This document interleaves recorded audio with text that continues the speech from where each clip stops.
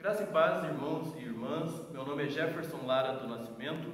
Eu sou estudante do curso de bacharel em Teologia pela Unicesumar Polo de Registro, São Paulo. O meu RA é 200114195. Vou apresentar um sermão como atividade da disciplina de Pregação e Práticas Ministeriais. O título do sermão que eu vou expor é o testemunho que emerge da verdadeira sensibilidade. Algo que eu gostaria de falar de início, irmãos, que tem a ver com o nosso tempo, é que nós vivemos dias onde as pessoas buscam de maneira intensa por atenção. As pessoas têm muita carência por atenção e nós nunca tivemos antes na história da humanidade tantas possibilidades, tantos meios para sermos vistos, para sermos notados. E nem por isso gente que é curtida, visualizada, compartilhada se sente mais atendida, não é? E é interessante que nesse mundo, por essa busca, onde as coisas também são muito superficiais, algo que tem pautado muitas das relações é a desconfiança. As pessoas desconfiam que alguém possa fazer algo despretensiosamente, já que tudo que a gente faz tem que ser acompanhado de algum registro, não é? Então existe esse questionamento: será que faria se não estivesse sendo reconhecido?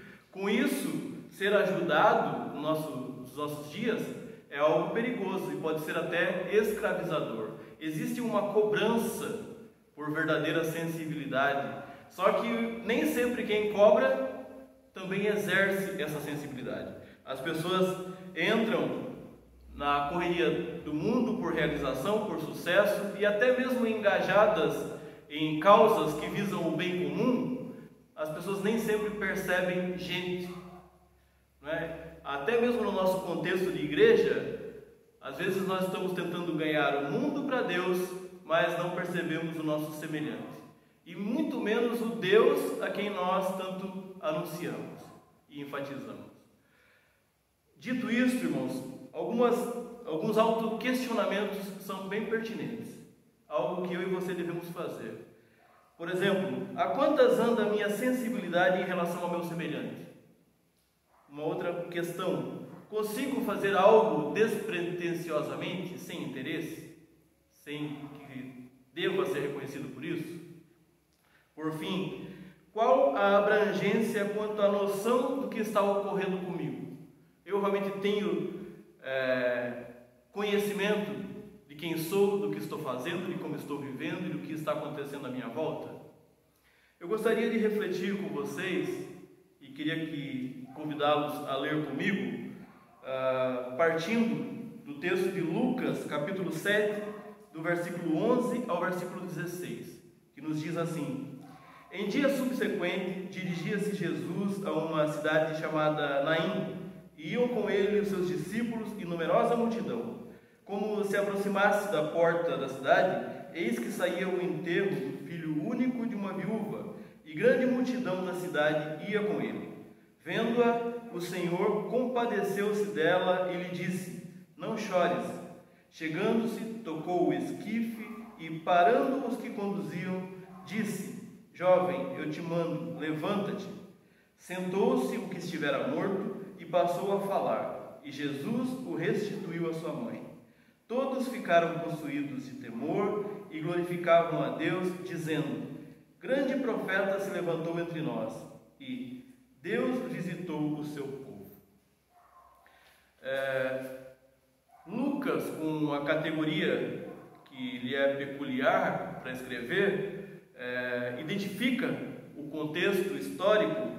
E algo interessante em Lucas, que além de apresentar Jesus como Filho de Deus, outro tema recorrente nos seus relatos tem a ver com a compaixão que Jesus sentia pelos marginalizados de Israel. O capítulo 7 apresenta Jesus como o Messias, o caráter de Jesus como Messias, e também o fato de que a vinda do reino é a compaixão de Deus demonstrada, personificada na pessoa do seu Filho Jesus. O texto que nós lemos é parte de uma narrativa que começa no capítulo 4, com o ministério de Jesus, o início do ministério de Jesus, e termina lá no capítulo 9, onde Jesus está dando orientações aos seus discípulos acerca da caridade, da tolerância. Então, resumindo, esse trecho é o registro do ministério de Jesus na Galileia. Mais especificamente aqui 11 e 16, do capítulo 7, que é o capítulo que nós lemos, é o texto que nós lemos, Jesus chega de Cafarnaum a Naim, que é um povoado no sul da Galileia, e com ele também vêm os seus discípulos e uma grande multidão. E à entrada da cidade, do vilarejo, deparam-se com outra grande multidão que acompanhava o cortejo fúnebre, e onde uma mãe chorava a morte do seu único filho e via a sua condição de viúva se agravar.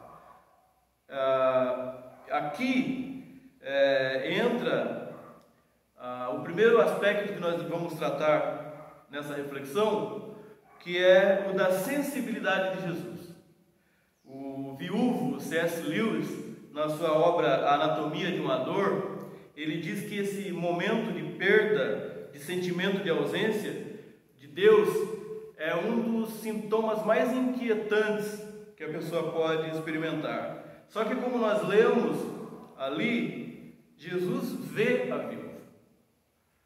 E quando nós falamos que Jesus viu a viúva, ver na perspectiva de Jesus não é só constatar sensorialmente a presença de um objeto ou de uma situação, mas é entender o ser como um todo. Então, em Jesus, ver é também sentir. Jesus vê, e esse ver de Jesus se dá numa cultura extremamente patriarcal, onde a mulher casava-se, ficava sob a mão, sob o poder do seu marido, e quando esse falecia, ela ainda tinha o direito de pertencer ao seu filho. O quadro que se apresenta é de desamparo, E Jesus vê a viúva, Jesus se sensibiliza. Ver a viúva é um quesito recorrente na Escritura. Desde o Antigo Testamento nós vemos Deus, por meio dos profetas, se colocando em favor dos oprimidos, e entre eles as viúvas. E esse Espírito é encarnado de maneira explícita em Cristo, tanto que Jesus é implacável contra os escribas, que, entre outras maldades, devoravam as casas das viúvas, como está lá em Marcos 12:40. E até mesmo um juiz desonesto, descrito na parábola do juiz iníquo, em Lucas 18, atende a causa de uma viúva. E o apóstolo Paulo, lá na sua primeira carta a Timóteo, ele orienta a igreja em Éfeso a como atender adequadamente aquelas que eram verdadeiramente viúvas, lá no capítulo 5 da primeira carta de Paulo a Timóteo. No verso 13, nós vemos então que o olhar que Jesus dirige àquela viúva é o olhar compadecido do próprio Deus, que é expresso em toda a sua palavra. E compaixão é esse penalizar-se pelo sofrimento alheio, E é uma qualidade que, do ponto de vista bíblico, tanto é divina quanto é humana. A compaixão, em dados momentos na palavra de Deus, é reivindicada. No Antigo Testamento, às vezes, o povo de Deus clamava por compaixão, e lá em Marcos, capítulo 10, versículo 47, nós vemos Bartimeu, o cego de Jericó, clamando: Filho de Davi, tem compaixão de mim. Em outros momentos, é uma manifestação espontânea, como a de Jesus, em relação às pessoas que o acompanhavam por 3 dias e estavam sem se alimentar, no episódio da multiplicação dos pães e peixes, lá de Mateus 15:32, quando diz: tenho compaixão dessa gente. Então, o interessante e o maravilhoso é que nós percebemos que em Cristo, compadecer-se de uma multidão não significa insensibilizar-se em relação ao indivíduo. Jesus vê tanto a multidão como é capaz de olhar para a pessoa que está sofrendo. Tanto que o próprio C.S. Lewis, na mesma obra, ele afirma: para ver em certa medida como Deus, o amor e o conhecimento dele não se distinguem um do outro, nem dele próprio. Poderíamos até dizer que ele vê porque ama e, portanto, ama embora veja. Então, o olhar compadecido de Jesus para com aquela viúva verbaliza-se quando ele diz: não chores. Jesus então vê, Jesus se sensibiliza e Jesus consola, mas não para por aí, não fica só no abstrato. Jesus parte para algo mais prático na resolução daquele problema, e nos versículos 14 e 15 nós então vemos as atitudes de Jesus. Jesus se aproxima e, com um escandaloso toque naquele caixão, ele interrompe aquela procissão. E eu digo escandaloso porque é muito provável que entre aquelas pessoas que o acompanhavam, como sempre, deviam ter religiosos que se diziam zelosos pela lei mosaica, que tinha leis acerca do toque em defuntos, mas Jesus nunca deixou de fazer ou de falar algo pura e simplesmente para atender convenções ou até mesmo a um sistema religioso vazio. Jesus adotava a máxima ensinada por Tiago, na qual diz que a religião pura e sem mácula para com Deus e Pai é visitar os órfãos e as viúvas nas suas tribulações, como está em Tiago 1, versículo 27. Então Jesus envolve-se, e envolvido Jesus ordena a vida àquele jovem, que levanta-se. E aqui algo maravilhoso no meu entendimento é que o Senhor, que se compadece daquela viúva, ele não rouba a atenção do jovem para si. Na nova versão transformadora, diz que ele devolve aquele jovem à sua mãe. Então Jesus não só devolve a vida ao jovem, mas devolve o jovem à vida. Ele o devolve à sua família, à sociedade, à utilidade pública. Jesus não tem pretensões espetaculares com o seu milagre, não é pretensões mesquinhas, humanas. Jesus se aproxima, Jesus toca, Jesus restaura e, obviamente, dá uma oportunidade maravilhosa para que aquele jovem passe a viver sob uma nova perspectiva, não é? Uma vida menos fútil, onde ele não só é o testemunho do poder e do amor de Deus, mas ele também pode ser uma testemunha viva do único e suficiente Salvador que possa existir. Falando em testemunhos e testemunhas, esse é o nosso último ponto, irmãos, e nós percebemos que o capítulo 7 do Evangelho de Lucas, ele é permeado de milagres e testemunhos. No campo dos milagres, nós temos no versículo 10, Jesus efetuando a cura do servo de um centurião romano em Cafarnaum. No versículo 14, nós temos a ressurreição que nós lemos aqui, desse jovem em Naim. No que diz respeito aos testemunhos, nós temos nos versículos 4 e 5, a intercessão por parte de alguns anciãos em Cafarnaum, junto a Jesus, para que ele cure o servo daquele militar romano que eles tanto estimavam. Eles atestam da qualidade daquele homem. Nós vemos também no verso 9, Jesus atestando e elogiando a fé daquele centurião. No versículo 28, nós temos o relato de Jesus testemunhando acerca da singularidade de João Batista. E lá no versículo 44, Jesus confronta a hipocrisia dos fariseus, reconhecendo a reverência de uma mulher que é tida como pecadora naquele contexto. No texto que nós lemos, do versículo 11 ao 16, nós vemos que há uma grande multidão acompanhando aquela mulher no enterro do seu filho. E algo que nós podemos entender com isso é que há ali o testemunho de uma estima, de uma consideração por parte daquela comunidade para com aquela família. No entanto, o auge dos testemunhos ocorre no versículo 16, quando o jovem é ressuscitado e aquele assombro causado por esse evento suscita na boca daquelas pessoas, na alma daquelas pessoas, brados de glorificação a Deus.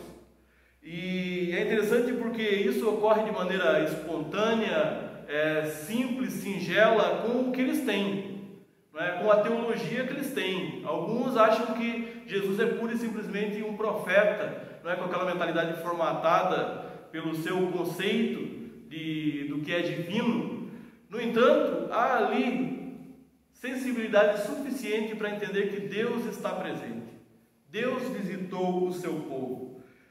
E em tudo isso, irmãos e irmãs, o que nós vemos é Jesus como testemunha do amor, do poder de Deus o Pai. Jesus como o testemunho, o Evangelho, a boa nova de salvação e de transformação. E também Jesus sendo digno de ser testemunhado, por parte daqueles que estavam ali e por parte de todo o seu povo ao longo de todas as eras e em todas as dimensões, como diz Paulo a Timóteo.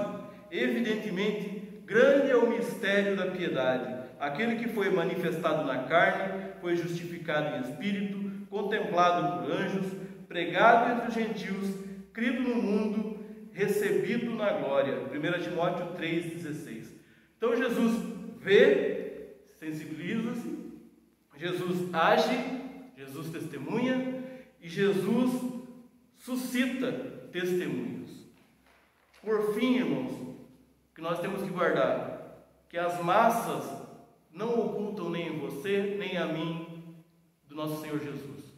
Jesus é suficientemente sensível para atender uma multidão, sem negligenciar o indivíduo.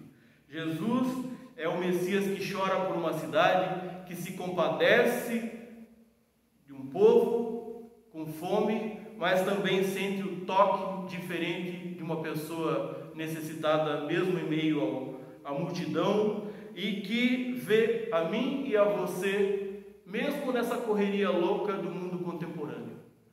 Outro ponto que nós temos que guardar é que a vida em Jesus ela é completa. Jesus não tem motivações mesquinhas nas suas realizações, nos seus milagres. Jesus não é utilitarista. Jesus nos dá uma vida plena para ser vivida. Jesus não isola o salvo, mas o devolve à sua família, à sociedade em que está inserida, ao ministério. É vida abundante que glorifica ao seu doador. Ou seja, Jesus gera testemunhas. Por fim, algo que nós devemos refletir como Igreja do Senhor Jesus. Temos sido sensíveis à presença de Deus? É importante sabermos que para que isso ocorra, Deus nos impacta com seus feitos em Cristo. Ele revela-se aos que não o conhecem e Ele desperta, recobra a consciência daqueles que o conhecem, mas estão indiferentes. Que à luz dos atos de Cristo, nós possamos refletir acerca do louvor que prestamos a Deus. E cada dia mais o nosso culto possa ser caracterizado pela vivacidade daqueles que impactam, que se maravilham, que se espantam com quem Deus é e com aquilo que Ele faz.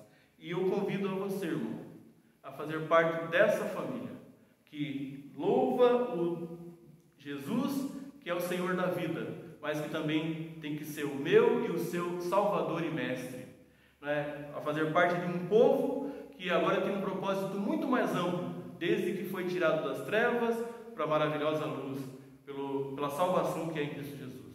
Que Deus nos abençoe. Eu agradeço essa oportunidade e quero que o Senhor comigo abençoe a sua vida também.